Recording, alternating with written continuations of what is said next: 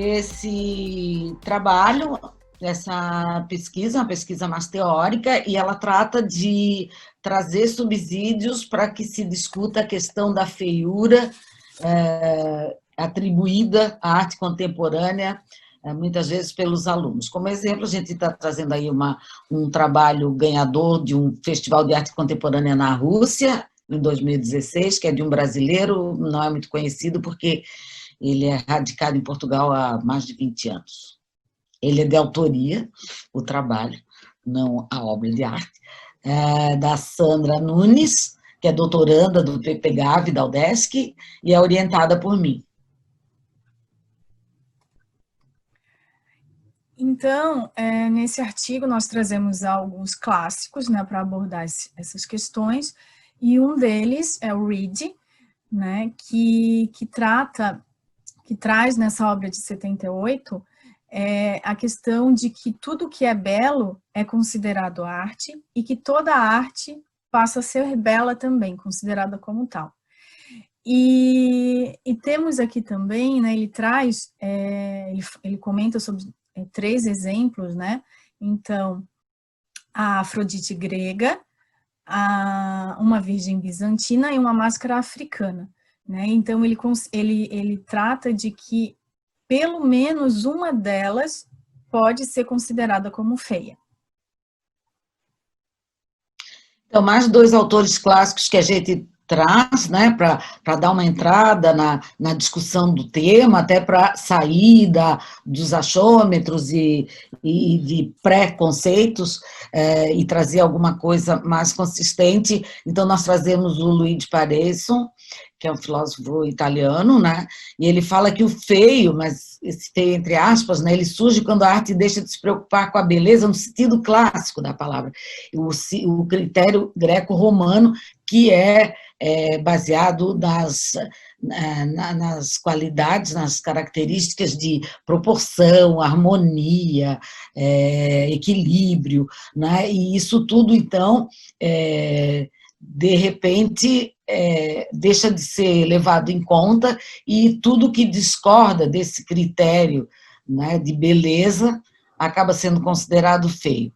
Da mesma forma, outro autor, o Jan Karodsky, ele diz que o valor estético ele não está só no prazer, mesmo no desprazer. Então, se alguma coisa nos toca e nos causa desprazer, não quer dizer que aquele trabalho vai perder qualidades como obra de arte, né? A sua integridade não vai ser afetada. Então, para que abordar o feio, né?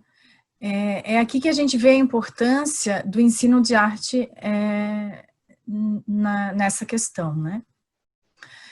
Então, nós percebemos que no meio acadêmico, de certa forma, a questão da beleza e da feiura está, de certa forma, bem encaminhada, mas o mesmo a gente não percebe nas escolas, né? Que ainda existe, muitas vezes, um afastamento quando se tem algum estranhamento, né?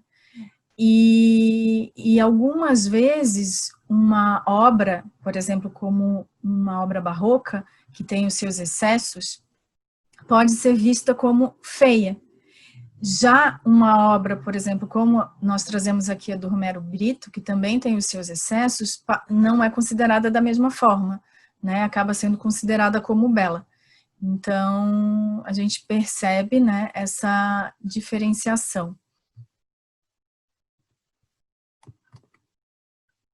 Então, depois de trazer esses autores e alguma parte, né, das reflexões que eles fazem, porque, lógico, o nosso artigo está muito mais completo, tem outros autores também, mas depois de visitar esses teóricos, nós voltamos, então, para o conceito etimológico da palavra estética, né, para mostrar que, na sua origem, estética não tinha nada a ver com beleza.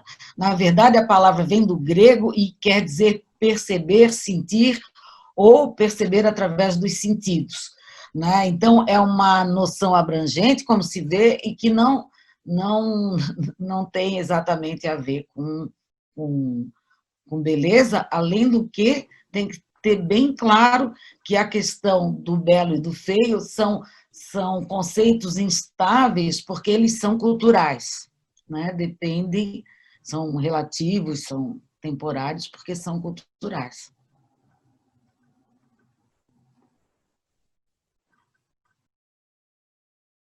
Bem, nós trazemos aqui para também acrescentar essa discussão uma palavra alemã que até hoje não foi traduzida para o português, que é o kitsch, né? E também o neo-kitsch, que é a sua dupla, né? E são consideradas como mentiras estéticas. Por quê? Porque partem do princípio da imitação, né? Da imitação. O kitsch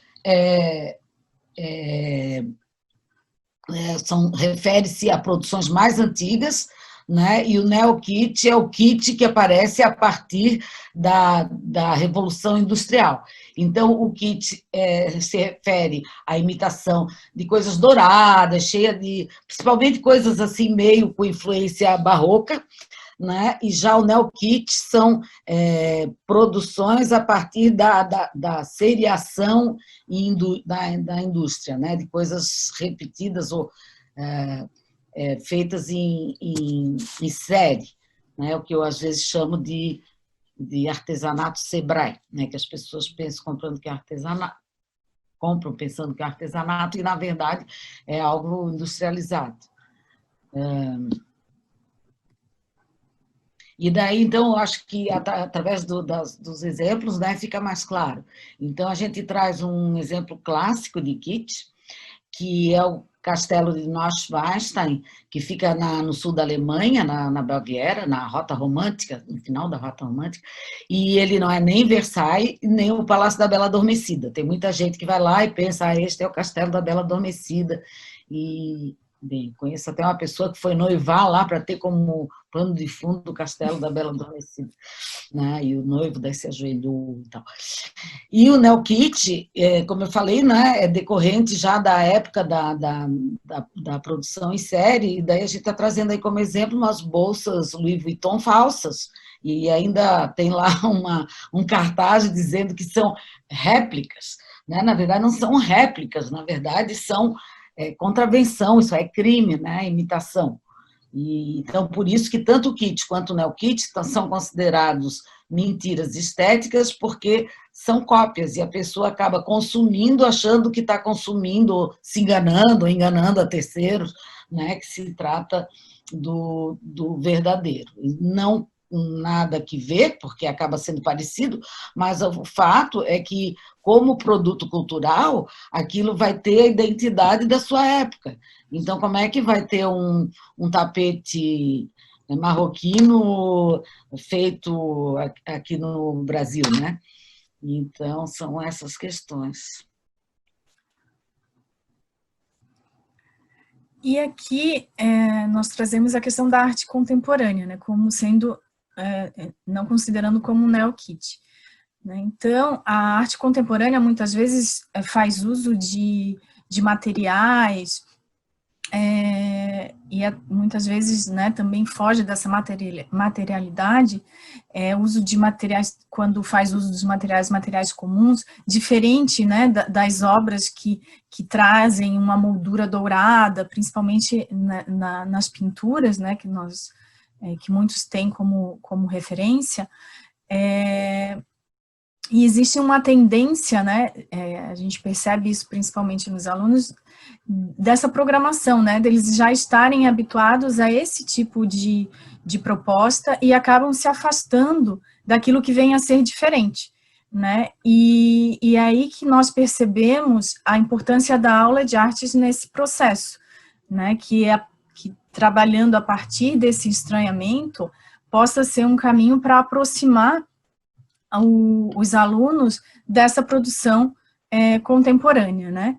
E fazer perceber essa produção de uma forma crítica também, né? E para fechar... Desculpa, mas desconstruindo esses preconceitos que eles trazem, né? Então, isso que é importante na aula de arte, se posicionar, trazer esses conceitos todos para que modificar. Isso. E para fechar, nós trazemos uma frase, né, que a arte é tão mais contemporânea quanto mais ela nos faz pensar sobre a contemporaneidade. Então, a partir, né, desse pensamento sobre a contemporaneidade, a gente pode perceber que também é um caminho para entrar nessa produção contemporânea em artes. E, por fim, a gente apresenta as referências e convida a leitura do texto na íntegra, tão logo seja disponibilizado os anais do evento. Muito obrigada. Obrigada.